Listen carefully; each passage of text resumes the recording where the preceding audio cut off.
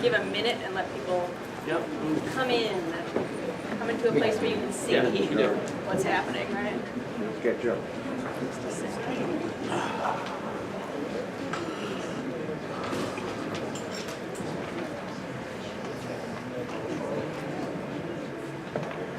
One more second, right? Yeah, it's fine. We're good. Okay. It's only 4:19. Okay.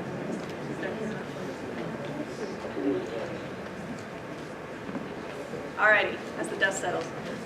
So my name is Sarah Mount. I work for the DEC Hudson River National Estuary Research Reserve and Hudson River Estuary Program in partnership with NUIVIC. So I'm going to be talking about eels again, to tie into our plenary speaker from this morning, and the volunteer efforts that we have going on to sample various life stages of the American eel.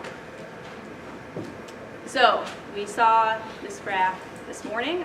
We're talking about the catadromous American eel that hatches in the Sargasso Sea out in the Atlantic Ocean, drifts along ocean currents to reach inland waters, lives in freshwater rivers and streams for many years, then develops into a mature adult and goes back out to the Sargasso, spawns once and dies.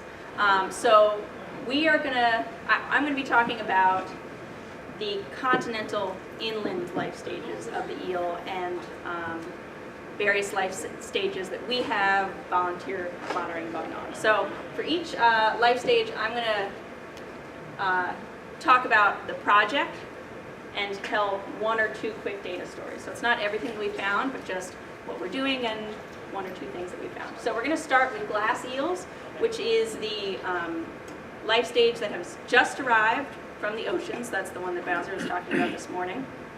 And this is by far our largest volunteer effort. We have up to 800 volunteers every year going out to their local streams and checking specialized spike nets for glass eels to see how many are coming in year after year. So just before we look at the graph, I want to orient ourselves to the site map, because you're going to see this similar kind of map several times. So we're looking at the Hudson River Estuary here from New York City up to, let's see if the clicker works. Where's your pointer? Over this way? Yes, ooh, up to Troy. So the yellow dots are sampling sites for the project. So for the glass eel sampling, we have 14 streams where we have volunteers go out and sample, and then the star is whatever graph we're looking at right now. So on this graph, we're looking at the average eels caught per day at one of our sampling sites, Furnace Brook in Westchester County, and from the start of the project in 2008 up to last year. So there is slight variability in catches, but overall it's fairly consistent, and that's in stark contrast to the fall kill, which is right here in Poughkeepsie. I drove over it on my way over today. I don't know if anybody else did. And you can see that in comparison, there's lots of variability year to year through the catches. So when you look at them next to each other, this is the range of Furnace Brook between 38 and 75 glass eels per day versus the variability at the fall kill from as little as 10 eels per day to over 400 eels per day. So they're telling very different stories. We don't know exactly why there's these differences between these two streams. They're different in several ways. They are different distances from the ocean, which means their salinity is different. So Furnace Brook is in the kind of brackish section of the river, where the fall kill in Poughkeepsie is a freshwater section. They are different in their watershed urbanization. The fall kill has a very urbanized watershed, particularly at its mouth, so we're here in it right now, Poughkeepsie. And Furnace Brook has a forested watershed. The streams' mouths are very different. There's a marsh at the mouth of Furnace Brook, and the mouth of the fall kill is a pretty hard turn. Thinking about an eel swimming up the Hudson River estuary and then turning into a stream, they have to make a very hard right turn to come into the fall kill. But we don't know if it's any of those reasons or some other factor that we're not taking into account here. But one takeaway that I think is really important from this data story is how important it is to have multiple sampling locations. Because if we were looking at just one of those, it's telling us one thing versus looking at the other telling us something very different. And citizen science can really help us to expand our reach, expand the scope of scientific research by having a team of hundreds of students and volunteers that really want to be helping, want to be doing work, helping with research and to help us tease out some of these research questions we have. So that's a little bit about the glass eels. Now we're going to move inland and follow the eels in their development into the elver and yellow eel life stage. So elvers are pigmented eels, but they're still small, basically 3 to 6 inches, and then yellow eels are still not mature, but are more developed or older. And as we follow eels upstream, one important factor is barriers to their migration. So we've heard a lot about barriers in the video this morning and various other talks. And how barriers are impacting eels. This is just one example, again at Furnace Brook in Westchester County. This is a survey from, we did this past summer. And there's 2 ways that eels are impacted by barriers. Their numbers. There are more eels downstream than there are upstream, obviously. Some eels are going to get around almost any barrier that you can imagine because they're really amazing animals. They can crawl out on land on a wet night as long as their skin is moist and get around barriers, but it's going to severely limit the numbers upstream. So the densities are very different.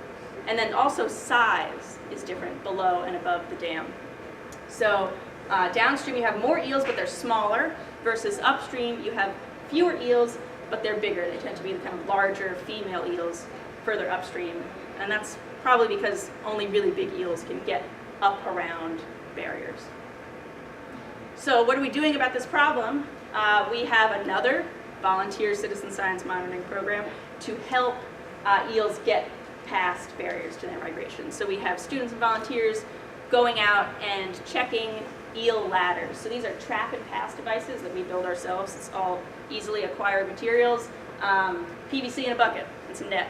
And the eels climb up the netting and land in the bucket. We put these at the bases of dams, and then volunteers check the buckets, count the eels, measure them, and transport them upstream of that barrier. This is a much smaller effort than the glass eel project. It happens for a longer period of time. We don't sample quite as often, and we only have 4 sampling sites, but they do cover a range of the estuary as well. So here's one data story from what we see at Cromwell Creek in Hyde Park, just a little bit north of where we are right now. And we're looking at size classes of eels that are caught in the ladder. And we see overwhelmingly that the most eels that we're catching are in this elver 3 to 6 inch kind of size. And we think that's because elvers are particularly seeking new habitat, looking for new places to colonize, to live. If anybody was here for Kayla's talks, that video that had eels trying to climb up a dam, those would be elvers. They're really looking for new places to live. Versus the older and bigger eels are pretty well settled. They're not necessarily trying to get upstream to new habitats. Okay, so now we're going to move to, from the transition from a yellow eel, which is a freshwater resident, one that's just living in the Hudson or streams that feed into the Hudson, to the sexually mature adult silver eel that's going to prepare to go out to the Sargasso to spawn. So for that, again, this is an even smaller volunteer effort. We do this project with really targeted groups of college interns, small groups of high school students that are in special programs, so like research students or that are in summer programs. And then we've also done this kind of sampling with teachers as part of teacher trainings as well, which is another way to kind of then reach their students because the teachers bring their experiences to the classrooms. So we do this study at the Enderkill, which is in Statsburg, and in the summer we do electrofishing surveys. These are some students from Poughkeepsie High School wielding nets to catch eels. And any eels that we catch that are greater than 25 centimeters, we tag with a pit tag so we can track individuals over time, and then we can look at how they're growing, how they're moving, and how they're maturing. And then on those eels we measure their length, their weight, and then their eye diameter and their pectoral fin length. And those last 2 are specifically chosen to get at that transition from an eel that's living in freshwater to an eel that's going to make that oceanic spawning run. So as they're getting ready to go out to the ocean, their eyes get larger, their fins get larger, all to help them in that oceanic journey. And then in the fall, at that same site, we put out a fyke net to try to catch the adults as they leave. We're not putting this out and checking this every day because we cover the entire width of the stream. It's a very small stream. And the idea of this study is really so that we can better understand what eels are doing in one small system and really try to get a handle on what's happening in this one stream.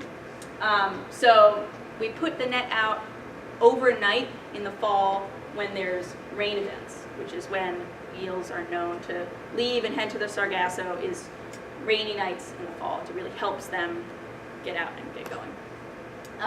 And any eels that we catch in the fyke net, we measure those same parameters, length, weight, eyes, and pectoral fins, and then we read them for the pit tags, and hopefully we recatch some of those same individuals that we've already tagged in the summer surveys. So some results of that study.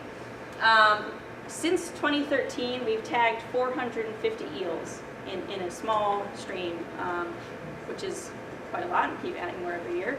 And we've recaptured 133 of those at least one time, but many of them multiple times. We keep seeing the same eels over and over again because, again, it's a small system and they're not really going anywhere. So we can look at their growth. On average, the eels are growing about 1 centimeter a year, but there's variability in there. Some are fast growers, some are slow. And then we can look at their movement between our sampling sites. With the next slide, we'll have a map of our sampling sites. And we see that 62% of the eels that we catch are always in the same location every single time. And if they did move, they very often move to the adjacent, to the sampling site right next to it. So here's one example of an eel that did not move. We've caught it 6 times now, and it's always in the same site year after year. So we catch it 2014, 2016, 2017. We keep seeing this eel in the same place, which is not to say that it isn't moving, because we're not out there checking it all the time. But it certainly seems convincing that it's found a place and it's staying there. And then we can also look at maturity. So that transition from a yellow eel to a silver eel. So just to orient ourselves to this site map, this is, again, we're at the Enderkill in Statsburg, but on this map we've got the Hudson River here. At the mouth of the stream there's a marsh, and then this is the stream here and our sampling sites. So we sample at sites A through F heading upstream. So one story of eel maturity is we caught this eel at our furthest upstream sampling site in July of 2014. Its eye diameter was 4 millimeters by 4 millimeters, and its pectoral fin length was 14 millimeters. That was in July. Then, in October of that same year, that eel showed up again, but this time in the fyke net. So site A is where we put out our fyke net, and it's in October during the fall migration season, and we saw that eel, the eye grew by 2 millimeters, which is quite a lot for a tiny eel, and its fin also grew as well. So with all that information, we believe that that eel was heading to the Sargasso and going on its ocean run. So those are some of the other projects that we have going on at life stages in addition to the glass eels. So we've got glass eels, elvers, yellow eels, and silver eels, and we have students and volunteers helping us to sample at all of those life stages. The pieces that we are not covering are leptocephali and the silver eels out in the ocean. So anything out in the ocean, we don't know. I say, we, our group specifically, other researchers are studying what's going on. But of all of their inland life stages, we do have some form of citizen science going on. And then just to wrap up, I always like to put in a plug for education and engaging communities in your work. I know that a lot of people are already doing that, but for fisheries scientists, the value in engaging communities and students in your research is really huge. In addition to just expanding the spatial reach and temporal reach of your research, it also has a lot to do with inspiration, inspiring future leaders, the people that would be at these meetings. in future years. And even if folks don't become fisheries scientists, which is not always, you know, the level that people are going to reach, at the very least, it's creating a community, a constituency of people who care about eels, about fish, about their local environment. So that's really what we're trying to do. So with that, I will take questions.